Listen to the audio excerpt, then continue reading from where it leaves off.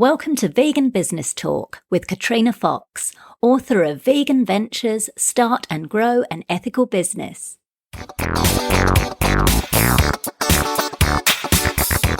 Hello and welcome to episode 66 of Vegan Business Talk. I'm Katrina Fox, journalist, author, media and PR coach, copywriter, editor and proofreader, and founder of Vegan Business Media, a content, events and training platform providing success tips for vegan business owners and entrepreneurs. Before we go into the main part of the show, I want to let you know about a new online PR course for vegan business owners and entrepreneurs that I'm running. It's called Vegans in the Limelight and it starts in June. That's 2017 if you're listening in the future.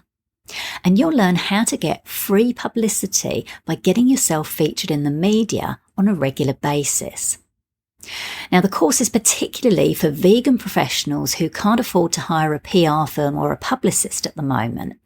And I'm running it because I see so many vegan business owners, authors and entrepreneurs missing out on golden opportunities to get into the media, either because they're not confident in approaching journalists because they don't have the skills, or they're pitching the media the wrong way. So I'm going to share with you the strategies and techniques for how to do your own PR. The course is tailored specifically for vegan business owners, so there'll be downloadable templates, case studies and bite-sized video training.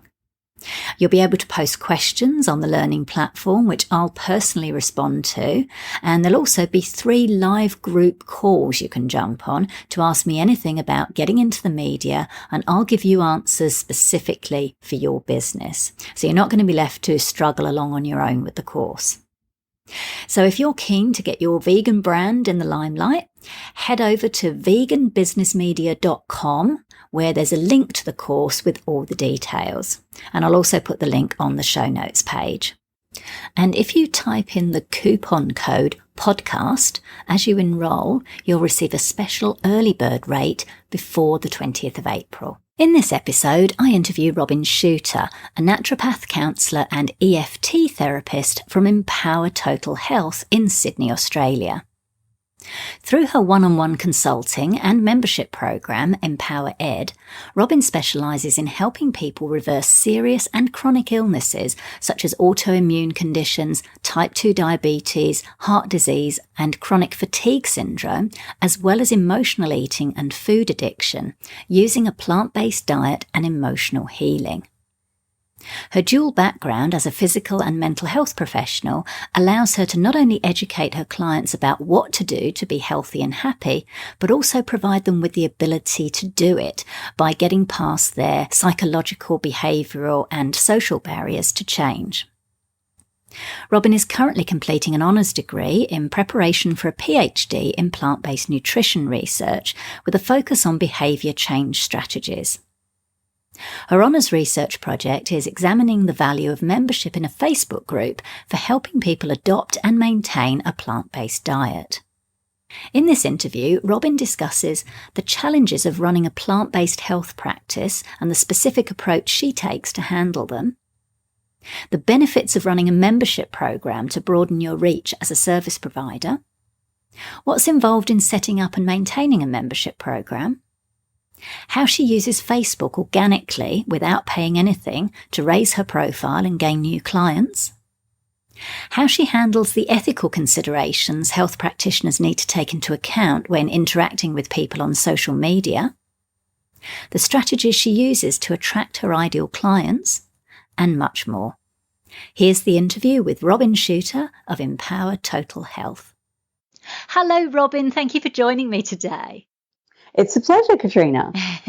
So you're a vegan naturopath, and the first thing, as you know, and I know you're a regular listener to the podcast, is I ask everyone why they do what they do. So we know, what are their drivers? Why are you in this kind of business? What's your why? I suppose you could say it's a really selfish motivation in that I just get such a buzz out of people getting better. It's That's just a pretty cool reason. I don't know that that's selfish. well, it's that sort of selfish altruism, they're benefiting, but so am I. I mean, when someone kind of walks into my office, like maybe it's a couple of weeks after I first saw them or after a couple of months, and they sit down in my chair and they tell me, my ulcerative colitis has cleared up and I no longer have to have surgery to remove my bowel, or I'm off all my diabetes medications and my doctor told me I'm not diabetic anymore, or my anxiety is so much better I can actually go and socialize again. It's just such a buzz to be the person who was instrumental in somebody else really getting their life back in that way. So that's my main why. And I suppose the secondary one is that I didn't enjoy particularly good health myself when I was younger. A lot of people say, enjoy your teens and your young adulthood because it's the healthiest you'll ever be. Well, it wasn't for me.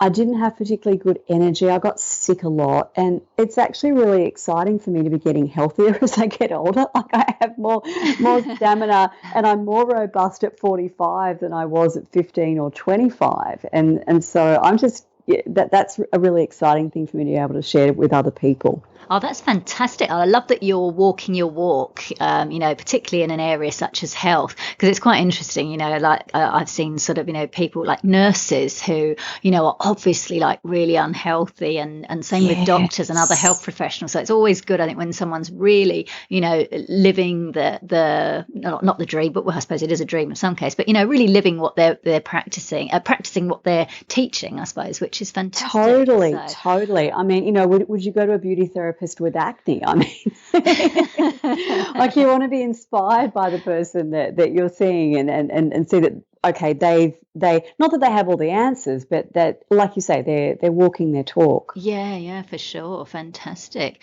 Now, obviously you very much espouse the plant-based methods, and you're also an ethical vegan as well. So tell us about, first of all, about some of the challenges when you first started up your naturopathy business, and then we'll talk a little bit about some of those challenges as you've gone on as a business.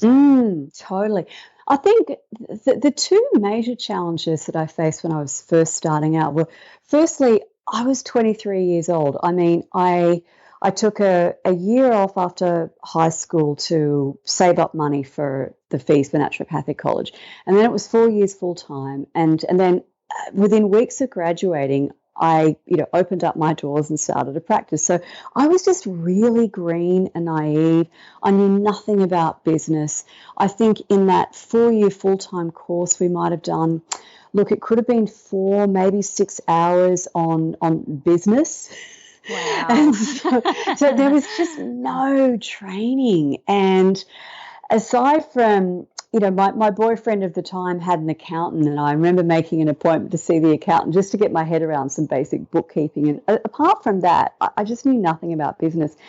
And on top of that, I had some really limiting beliefs about business and about specifically about making money, which I think really came from, for want of a better word, a working class background. Just my mum, and most particularly my dad, and their beliefs around money, and rich people are, insert expletive of choice, and all that sort of stuff. And so I was really saddled with that, to the extent that when people talked about me running a business, I really bridled at that. I said, no, I'm running a practice, because the word business had this sort of dirty, I don't know, like it was just a really uncomfortable word for me. So there was a lot of internal work that I had to do to overcome those blocks, and then just a lot of learning about how to run a business. I love that you've shared that, because I can actually really relate to that, not being a health professional necessarily, but just that whole thing of being a business owner and having those negative associations. So I can really relate to that, and I think a lot of people listening will relate to that. Also, people coming from an activist background as well, it's very much, sometimes there's that thing of wealthy people, or being financially well off somehow it means you're evil and bad and all this kind of thing. And I suppose with health professionals, I've heard from like some other health professionals that there's almost like a bit of a guilt of charging people to receive help with their health. It's That's almost kind of like, exactly right. Yeah, it's like, oh well, health isn't a commodity. It shouldn't have a price attached to it. But on the flip side of that is that people value their health. Well, they don't value it when they have it, of course. They value it when they lose it. Yes. And they then realize that without that, nothing else in their life has any value. I mean, you don't have quality of life without your health. So there's that. There's also the fact that health professionals invest very, very heavily in their education in terms of both time and money. In my case, I've spent 12 plus years and thousands of dollars in educating myself to get to the level of proficiency that I'm at. And the way I see it now is, I do deserve to be compensated for that investment. And that investment makes me a better practitioner. Therefore, I have the right to charge for it. But it took a long time to come around to that point of view. Yeah, because I suppose there's that thing of, health should be provided free by the state. And I know I've seen this, with other black people in private practice, even my partner Tracy, you get people kind of thinking, they're not being very accessible, but because you're charging all this money. But it's kind of interesting because a lot of them that say, and I'm not suggesting that everybody, obviously, people literally, they can't afford to see a practitioner and whatever, but there are a lot of people that I tend to ring up, and I don't know if you get this, and they say, no, I can't afford to come, I'm just about to go on an overseas holiday. So it's not that you can't afford to, it's like you just said, what are you prioritising? Right. You just haven't prioritised your health. You're going to go on the holiday but have a crap time because you haven't got the energy or you're feeling sick, but that's exactly right. To which, I mean, not that I would say this, but what I'm thinking internally is, fine, look, come back to me when you're sick enough that you really value your health, and then we'll talk. It's true. So it's interesting. So how did you said you did some internal work on that, and then to get over that. So as the time has gone on, and how long have you been, say, for example, a plant-based or a vegan naturopath, and how did that impact your business?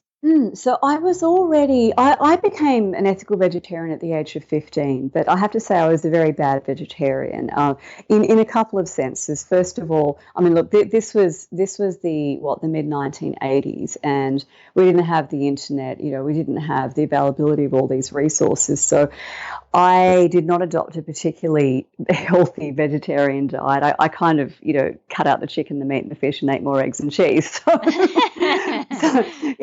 I did the opposite of what's supposed to happen, right? I gained weight and my skin was terrible and I had no energy, so that wasn't great. And then, of course, as I became interested in studying nutrition, I realized where I'd gone wrong. And so I came into practice already knowing that I wanted to promote a plant-based diet. And I also knew that people don't always take kindly to the V words, vegetarian and vegan.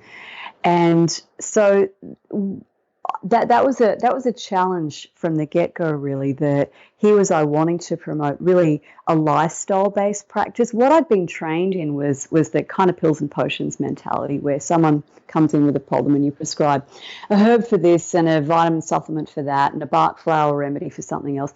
I wasn't interested in that style of practice.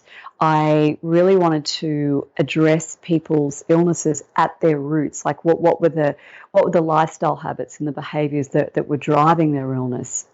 Because it made sense to me that if their disease or if their condition was lifestyle related, then the only logical way to treat it was by changing those lifestyle factors that had driven the condition in the first place.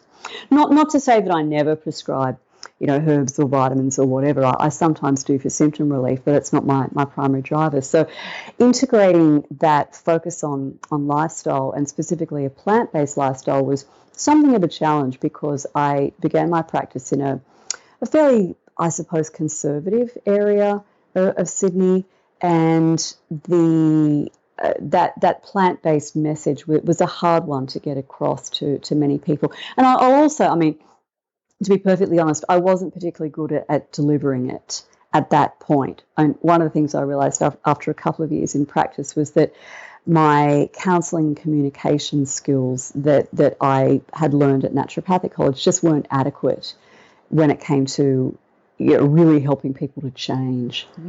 So how do you cope with that challenge of people, like, because I know you're very much, you have a lot of vegan clients because you're very much proactive in that, and we'll talk about that in a moment. Well, so what about if people come to you and they're not necessarily plant-based or vegan? How do you deal with those challenges that they, maybe come to your practice and then you're, telling them about this plant-based lifestyle and which they may or may not be amenable to initially? Absolutely. So in broadly speaking, I've got two groups of clients. I've got the people who are already on plant-based diets who are very interested in becoming vegan, and so that's easy. I can use the V words, and people are fine with that. And then the other group is people with chronic illnesses, and they often have absolutely no clue that their diabetes or their high blood pressure or their rheumatoid arthritis or whatever the case may be is linked to their diet. In fact, their doctors have told them that it is not. And so what they're hearing from me is often quite new. And so I just stick to the science, and I will actually take them through scientific studies. I've got a massive library of research on my hard drive, and so I can easily just pull up a study and walk them through it and say, look, this is what researchers have found. This is my clinical experience. And most of them, when they're presented with the evidence in that way, become open to it. Depending on their personality, there are some who will say, "Ooh, that's a lot of change," and so I'll just take the cut out one animal at a time approach, Right. It was like, well, could you stop eating dairy products after you see me this time? And then when they come back the next, I was, all right, well, how about we dump the chicken? And so we just do it one animal at a time. In the case of someone who's just really, really, really ill, they are often a lot more open to radical change. And so I'll say to them, look, if you want to save your colon and not have to have that surgery to remove it, here's what you need to do. And sometimes I'll sort of propose it as a time-limited experiment, give this a month and see how you feel, because people can wrap their heads around doing most things for a month. And then when they get to the end of that month, they're usually hooked. And so I don't really have to sell them on sticking to this for the rest of their life. They've sold themselves. Got it. Fantastic. And that leads nicely, I guess, into my next question, which is about, obviously, you have people come to your practice face to face, but you also do, I think, online and Skype consultations. Yes, I do. With people. So, and you've also got online course. So you're able to leverage your skills to reach a broader base of people. What about I'm curious about some of the challenges there, because I know, obviously, if someone comes in front of you and they're sitting in front of you, you can kind of physically see stuff a lot clearer, like maybe what their eyes look like or what they physically look like. Whereas if you're doing it online, maybe you can't quite do that as much. So do you find that a challenge, or how do you kind of deal with that? I don't particularly find that a challenge, in that with video platforms like Skype or Zoom, I can see the person face to face. Now, depending what device they're on, it might just be their head, so I don't necessarily get a sense of what the rest of them looks like in terms of, are they overweight and so forth. But I have people fill in a very detailed questionnaire before they come and see me, and so I've got a pretty good sense of what their health issues are. And I do ask for people's height and weight, so that I can, do a BMI calculation, figure out roughly are they in the right weight range. So even if I can't see their whole body, I still have a sense of things like that. I don't use the sort of, I suppose, typical naturopathic diagnostic techniques like iridology and so forth. I've never found them of any value, to be perfectly honest. And so it's not a limitation to not be able to look in people's eyes or things like that. Okay, cool. So tell us a bit about how you've managed to reach that broader base of people. So you've got a membership program, I think, and you do online courses. So tell us how that's helped to really kind of, I guess, grow your business. I suppose the answer to that goes back to my growing involvement with the vegan community. When I first started my practice, I didn't have any particular intention to reach out to people who were already on plant-based diets. I figured the people who needed me were those who had no idea about plant-based diets and needed to be on one for their health. Then the number of people coming to see me who were already vegetarian or vegan started to increase, and I realized that a lot of people were not Like they'd become vegan for ethical reasons, and heck, so had I. But they had not taken the subsequent steps that I had taken to really figure out how to make the diet work for them. And so they were struggling with various health conditions that were very much related to the composition of their plant-based diet. So as I realized there was this whole sort of segment of people that I could really help and that I really wanted to help too, that increased my involvement with the vegan community. And so that then resulted in me doing, a lot of seminars and lectures and other educational presentations in venues that were, very, very much vegan-centric.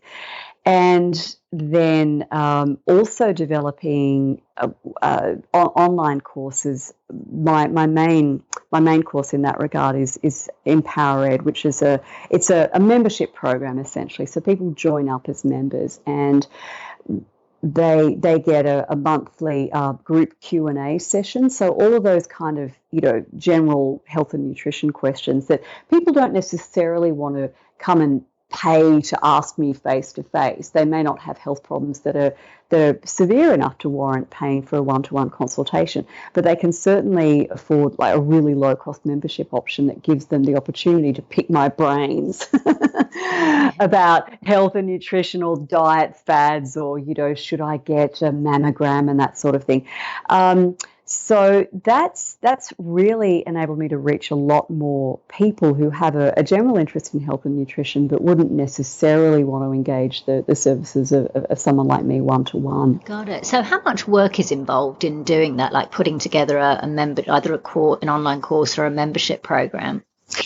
I imagine there are people who could do it with not much work, and I am not one of them, because I'm a nerd girl, and for instance, my members were really keen for me to do a webinar. Aside from the Q&A, by the way, the other membership benefit is a monthly, really in-depth webinar on a particular topic. So, we've covered things like cancer screening and gluten and sleep and all manner of things. And the members were really, really keen for me to do it on the gut microbiome, which happens to be one of my favorite subjects. So this is going to wind up being, many, many, many hours of research and work. And I love it. It's just that I actually have to rein myself in, because this could easily turn into a 50-hour research project to produce a 1-hour webinar.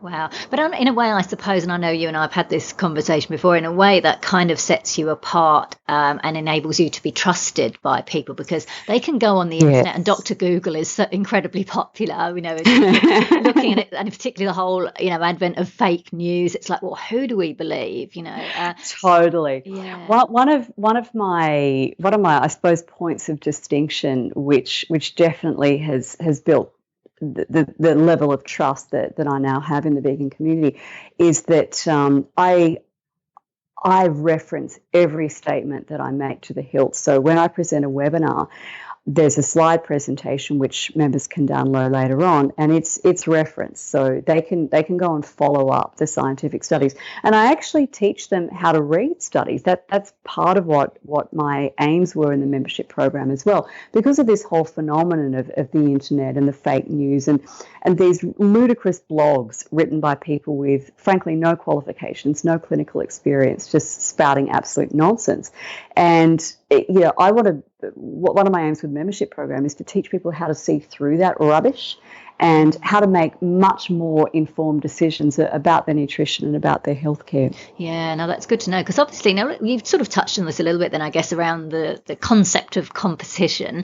Obviously there are now more vegan and plant-based naturopaths. You've also got nutritionists and dietitians, also health coaches. So I know you've touched on, I guess, how you go about standing out both within the vegan business arena and outside of it, and maintaining the steady flow of customers and clientele. Yes. Yeah. I've been in practice for a really long time. It's 22 years. And so that experience by itself tends to kind of help me stand out. And then my really heavily science-based approach attracts, I suppose, a certain type of person who is, look, I attract better educated people, and people who are not going to sort of roll with the latest fad. And as a result, they tend to have a higher degree of commitment to lifestyle change.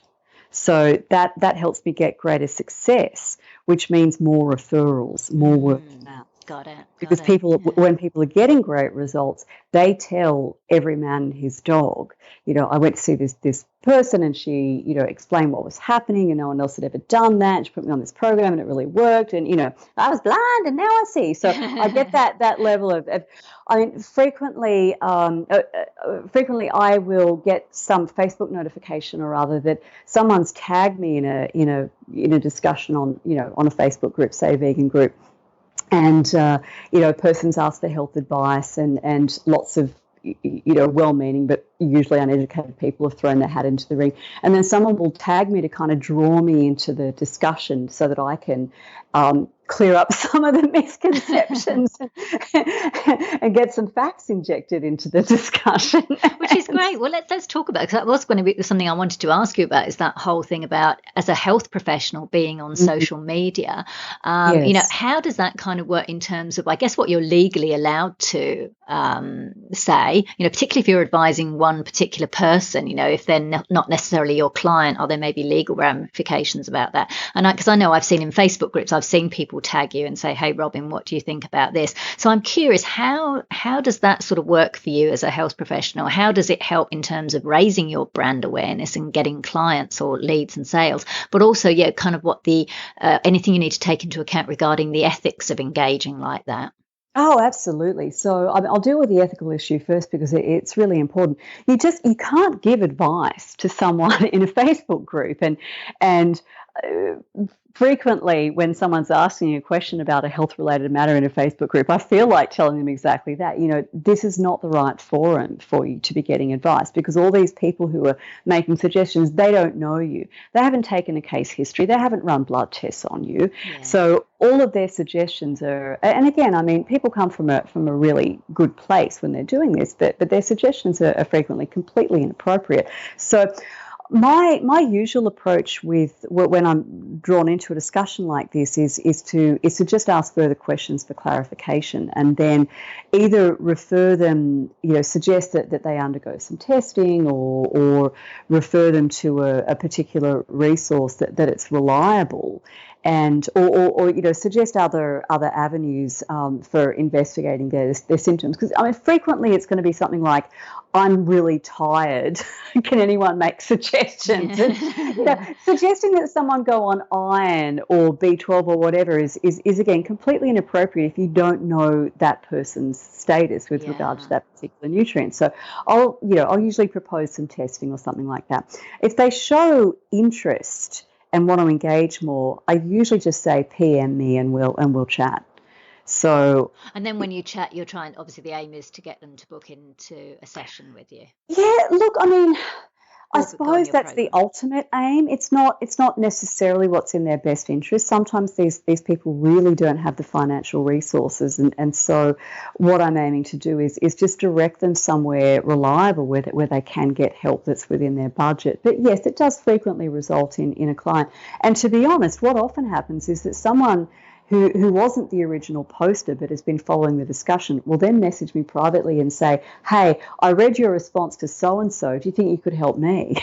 Nice, cool. So I end up with perhaps not getting the original poster as a client, but someone else sort of reads my responses and says, wow, she sounds like she knows what she's talking about. I think I'll get in touch and try to sort out my own stuff. Fantastic. So Facebook, it sounds like, has been quite a good marketing tool for you, I guess. Facebook has been amazing for me, and I was not an early adopter of Facebook. One of my friends virtually twisted my arm. She practically, she came over to my house and she wrote my profile for me, because she said, I want to promote you to my friends, but they're all on Facebook and you're not, so I need you to get on Facebook.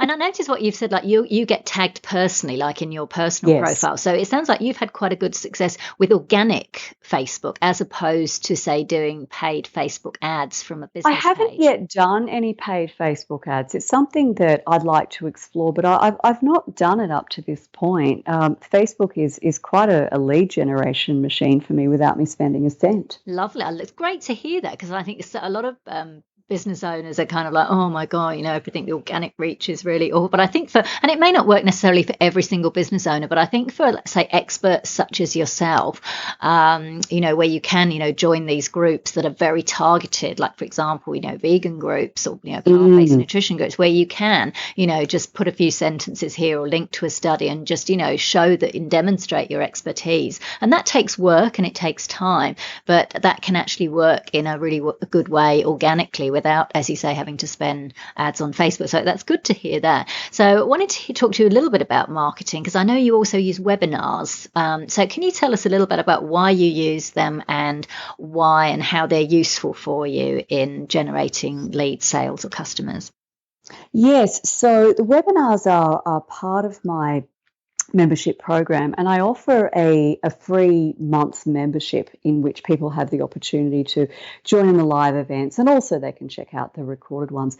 The webinar format is really great because it gives people that sense of live interaction. And also, because I'm now using Zoom, which enables people to, see who else is on the call, it facilitates that sense of community, which is really what I'm wanting to build as part of my membership program as well. Because people, when people adopt lifestyle behaviors that are somewhat different to the norm, like going vegan, it can challenge your existing relationships, and people often, feel the need to establish a new community of people who are on their wavelength. So the webinar format's really, really good for that. And it's just, the immediacy of it as well. The fact that people can either, ask questions through the chat box, or I can actually unmute them and they can come on the call live and get their questions answered. My members really, really seem to enjoy that. And I get people, the same people sort of showing up to the live events every, twice a month. They're always there, and they just love it.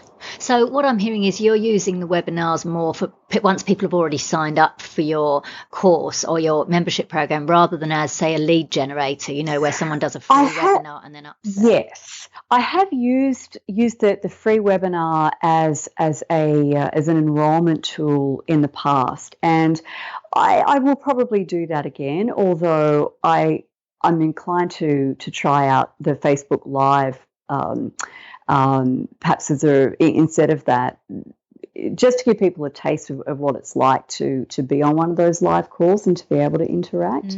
But yes, I definitely have found that using the free webinar as a way to, lead into selling a course or an online program or something like that, that's definitely very effective. Okay, so you've had success with doing that. Yes. Cool. Okay, fantastic. Now, we touched on a little bit earlier about the use of the word vegan in your branding and marketing. So and I know, everybody has different answers to this, and particularly I think in the health professionals arena as well, I get such very, very different answers.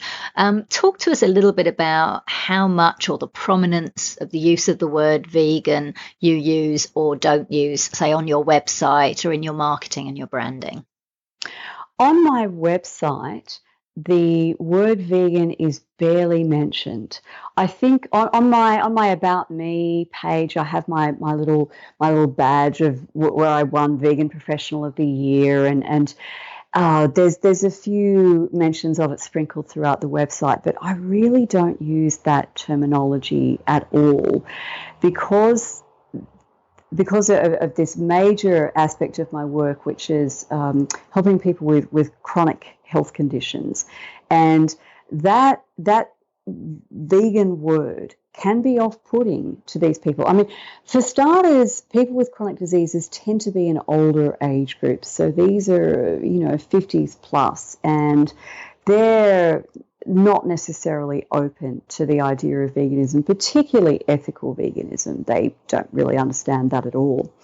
So what's happened, though, is that within the vegan community, I'm just known as a vegan naturopath. So it doesn't seem to bother anyone from that community that I don't use the word vegan on my website. They just already know that I am. Yeah, got it. What about for SEO terms? Because I know with another health professional in the US I spoke to, took a similar approach to you, didn't really, go hard on the vegan element, but did slip it into a point where if someone typed in vegan naturopath or vegan, hers was different, I think it was vegan acupuncturist or whatever, then her website would come up. That is a very good question, and I must say that I haven't paid much attention to SEO. But I always ask new clients when they come in, and how did you find out about me? And frequently they'll say, I just Googled plant-based or vegan naturopath and you came up. So whether that's hits through my website, whether that's there's a lot of my talks online. So whether they're coming across me through that, I honestly don't know, and I should probably get someone to look into that for me. And are all your leads organic then? Like, do you use, because you mentioned you don't use Facebook advertising, what about things like Google AdWords? I had an unsuccessful foray into Google AdWords fairly early on in the piece. That did not seem to generate anything.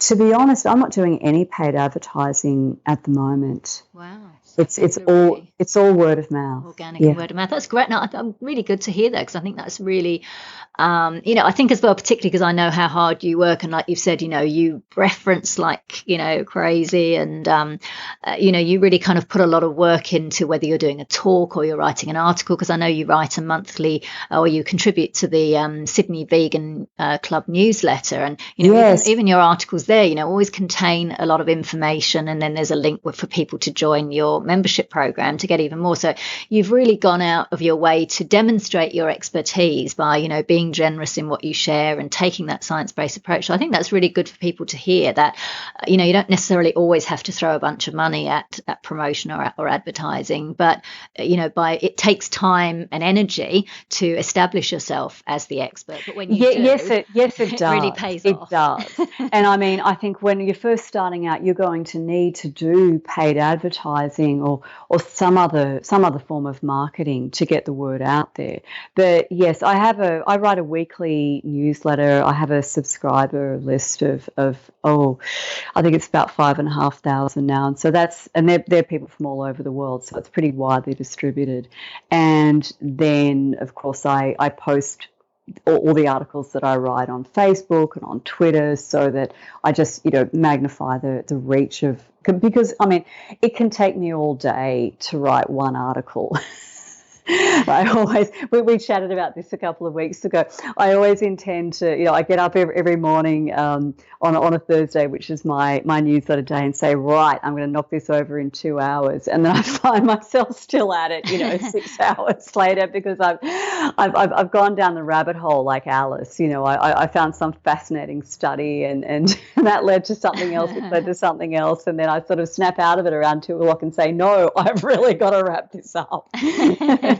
But I think that shows, it shows that when you read an article by you or one of your talks, it's not something you've just thrown together in 10 minutes, whereas no, it's sort of 5 top tips for whatever that you're going to see on some frankly low value blog. No, I really aim to deliver content that makes a difference and that helps people understand, and also that helps them change when they need to. Got it. So how long has your membership program been running, and do you have a set amount of people that you want or you aim to enroll? The program I launched only last year, actually about February last year, and my really, I mean, I would like to have as many people as I can in it. I'm in a fairly active building process at the moment where I'm promoting it pretty heavily. And honestly, I mean, if I ended up with 5,000 or 10,000 people in it, that'd be fantastic. And would then enable me to, because although it's a low cost program, when you start getting to numbers like that, that's a really good residual income, of course, which would then enable me to, if needs be, to cut back on my one-to-one consulting, which I'm going to need to do in order to complete my PhD. So that's the sort of long term. And I'm in the final year of honours right now, which is pretty demanding, and that's led to me having to cut back on my one-to-one consulting just so I can free up time. And if I've got a big residual income from the membership program, then that enables me to be just really, really choosy with the clients that I see one-to-one, and spend more time on the membership program. And ultimately, the membership program is of benefit to my one-to-one clients as well, because they can access that program, and at very little additional cost above and beyond seeing me. They can go into the members' site and get all sorts of questions answered. So rather than paying, the hourly fee to come and see me and asking all these, random questions about the blood type diet, or, should I have a bone mineral density or whatever, all of that information is provided to them in the members program. What about if people need help on their own diet though? Like, for example, do you do what's the word I'm looking for? Like diet plans for people, or do you just kind absolutely of say yes? Do? So, but that wouldn't be something that they would have in a membership program necessarily, because you wouldn't be able to do that. I have some general, I have some general information on meal planning and how to set up your kitchen and how to batch cook and that sort of thing. But for one-to-one planning for someone who's very specific requirements, no, that would be an individual consultation. Got it. Now, with the membership program, any tips on the kind of software that you want to use? Because I know, and I've been sort of researching that myself, and there's all different kinds of things, and everything from like plugins for WordPress to full on separate pieces of software. So can you share with us what you use, if you feel comfortable with that, or anything that you might recommend for a membership? Absolutely. Yeah, I use Entreport as a complete CRM, so that enables me to send newsletters, to tag individual people with, for instance, when someone comes to see me as a naturopathic client, I can tag them as a naturopathic client. So I can then segment out a group of people who've been to see me as clients, and then send just that group a particular email. Or I can segment a group of people who've, for example, done a live cooking course that I've run. And that then enables me to target them specifically, if there's something that I think would be of interest to that group. The Entreport also has a membership function, so that just kind of sits on the back end of WordPress, and it enables me to have within my website a protected area of content for my members. Oh, cool. Okay. So in order for them to access that, they just need to, log into the members area. So it means that everything is just within this one stable of my website. I used to have multiple websites, and it's just such a management headache that the idea of being able to roll it all into one and just only have one website to manage was really appealing to me. Fantastic. No, it's good to know, because I said Entreport also. Yeah, Entreport also is integrated with Stripe, which is my credit card processing system. So all of the membership renewals and so forth are just handled automatically. Okay. Cool. No, thank you. Thanks for sharing that. That's great. So we're kind of get a couple of last questions now to wrap up. Let's talk a little bit, and we touched on this a little bit again, around, owning and running a business or a practice, however you want to term it. Obviously, running. Look, I mean, I'm comfortable with the term business now. I'm just for anyone who's not quite there yet. But, so there are maybe a solo practitioner such as yourself, and they're maybe just starting out. What advice would you give them? What do they need to take into account? In terms of the practicality? When they're first, so, maybe they've just finished doing their, qualifications in anything, and it may not even be, in health, but, in any topic, and they're ready to launch their business. Yeah. Totally. Look, I would highly recommend, if your initial qualification, whether that be in health or whatever it is, if that didn't include a decent amount of business training, I would really recommend doing a TAFE small business course or something like that, just to get your head around everything to do with running a business, whether that's, ST registration and tax law, whether that's things that apply to hiring staff, having a business plan, which I did not have a business plan at all when I started. Honestly, I'm so embarrassed. I mean, I really cringe at how naive I was when I first set up. And I mean, it all worked out in the end. But boy, there were some nail biting moments along the way. So yeah, learn from my mistakes. Go and get some proper business training. That other element of really exploring your beliefs about money and about business, that's so important. One of the tools that I've picked up along the way, which I use with probably 90% of my clients, is EFT, or emotional freedom technique, and that's what I used on myself to really get down to the roots of my limiting beliefs around money and get myself comfortable with charging what I'm worth. So the two things that I think are most important then are the practical business skills, and then dealing with the mindset issues, dealing with those beliefs that might just really hamstring you from succeeding in business and making a difference with what you do, because that's a really sad thing when a person has ability, when they have the motivation and the passion for what they do, but their limiting money beliefs hold them back, then everyone suffers, not just them. That's a good They point. suffer because they're not making these living, and then all the people that they could help are not going to be helped because they'll be out of business in a couple of years. Exactly. Have you used any professional? I know you mentioned an accountant. Have you used any other professionals to help you grow your business, whether marketing or business coaching or any kind of external help? Yeah, I actually. Yes, I totally did. I hired a business coach, let me say, the year before last, and she was really, really helpful in kind of smashing through some of those remaining mindset barriers. And then, largely as a result of working with her, I ended up hiring a VA, which was a great decision for me. I'm very technically competent, and so I can master, and I have mastered all sorts of software, and I find my way through the back end of Entreport, which is a fairly kind of complicated and cumbersome system. I can do pretty much anything in Entreport, but it's not the best use of my time. And nor is just all the little things like scheduling my social media posts on Buffer and whatever, and even formatting my newsletter. I have to write the thing. I can't hire anyone else to do that. But when it comes to formatting the newsletter and pulling paragraphs from my articles into the newsletter format and all the rest of it, no, my VA does that, because that's her area of joy and it isn't mine. Yeah, no, that makes good sense. You've got to know when to delegate, and like you say, you're the expert in what you do, and even if you can do certain technical tasks, like you say, it's not always the best. I can, and it was very hard for me to let that go because I'm also a perfectionist, and I hate anything going out into the world that has mistakes in it. And not to say that I never make mistakes, but when someone sends something out on my behalf and it's got mistakes, I really hate that.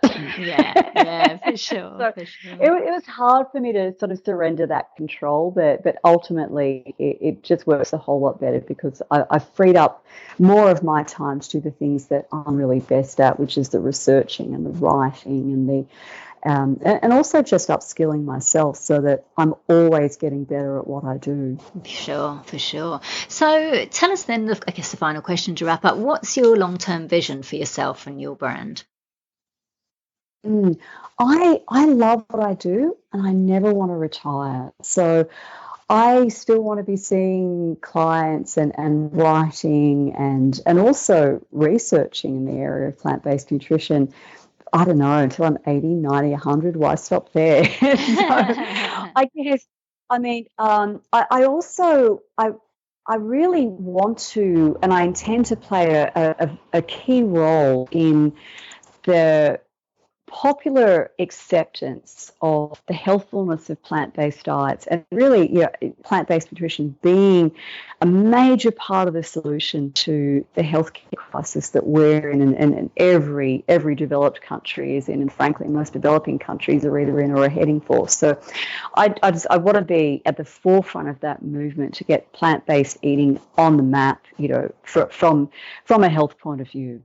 Fantastic. You're certainly well on the way there and already contributing some fantastic stuff. So you've shared some great information, Robyn. It's been wonderful chatting with you on the show. Thank you very much for joining me. It has been a pleasure. I've enjoyed talking to you. So that was Robyn Chuter from Empower Total Health. You can find out more at empowertotalhealth.com.au. And that link is on the show notes page at veganbusinessmedia.com/podcasts and going to episode 66. Now for our Vegan Business News Roundup.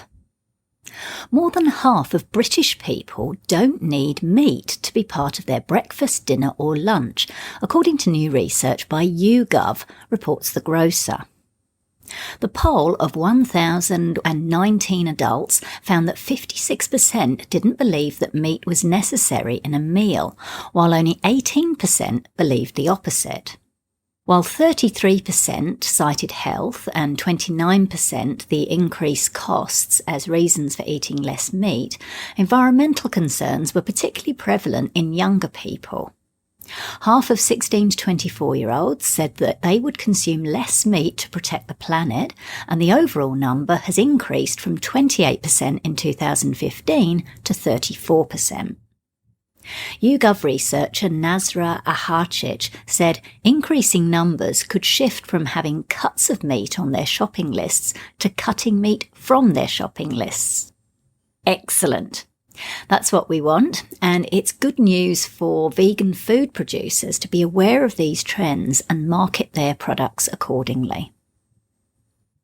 The equity crowdfunding branch of Indiegogo encouraged people to get on board with the future of fast food recently by investing in San Diego-based vegan eatery Plant Power Fast Food.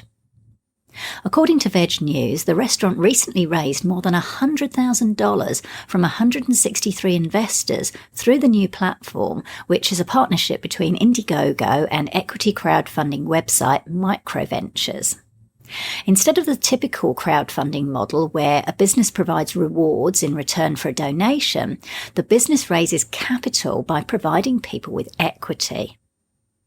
Plant Power Fast Food used the new platform to raise funds to open a second location set to open this May, and that's 2017 if you're listening in the future, after the successful launch of its flagship drive-through vegan eatery in the Ocean Beach neighbourhood in January 2016.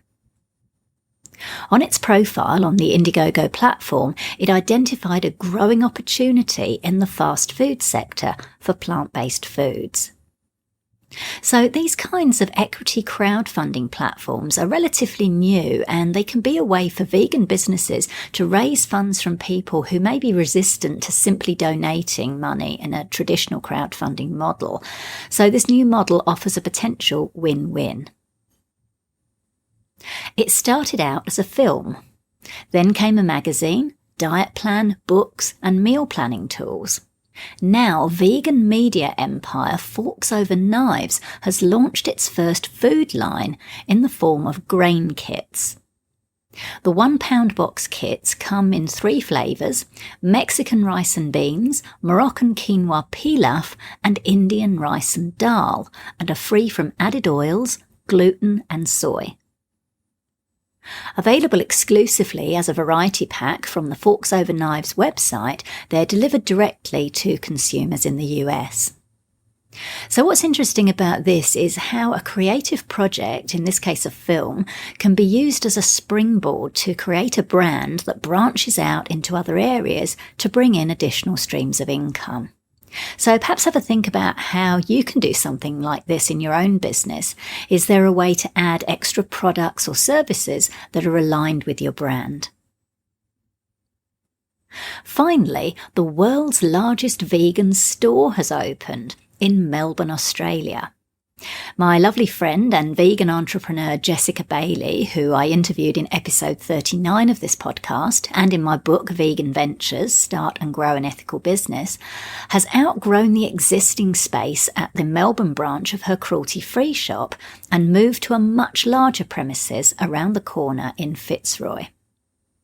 The store, which is apparently larger than even the Vegans chain of stores in Europe, opened this week with a massive range of more than 3,500 vegan products, including 1,000 new items. More than 50 vegan cheeses are available, alongside fresh produce, baked goods, packaged products from across the globe as well as local ones, clothes, skincare products, cosmetics, pet food and treats, and household items. I'm so happy that this is happening. Jess is a fabulous, hard-working and passionate animal activist who set up the Cruelty-Free Shop back in 2001 as an online-only store from her home. She opened the first physical store in Sydney in 2012, followed by Melbourne in 2014, and more recently, Brisbane and Canberra.